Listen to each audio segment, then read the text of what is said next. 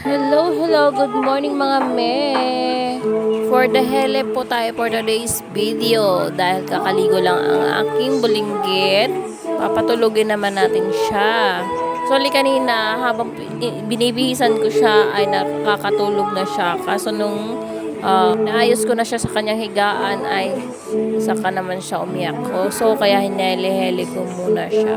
Marami-rami nga pala tayong gagawin ngayon sa bahay at ilang araw din akong hindi nakapaglinis. So ayan na mga may, nakatulog na siya.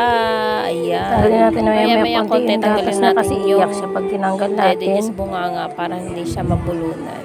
Antayin lang natin talagang matulog siya na malalim na tulog. And then dito naman sa kama ay tulog na rin ang aming ate Polly. Ayan. Yan. Ganyan lang siya mga mem. Saglit lang din siya patulugin yan. Actually, never ko yan siya hinele-hele.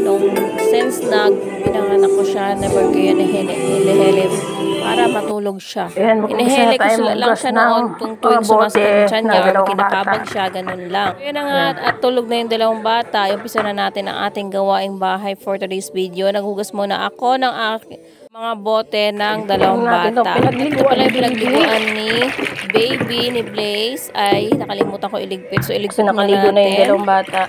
Madali na natin at ang trabaho dahil maya-maya at magigising na yung mga bata. And then, nagsaing na muna ako dahil pag nabuguto mamaya ay may makukuha tayo at may makakain tayo. So, magsaing muna tayo.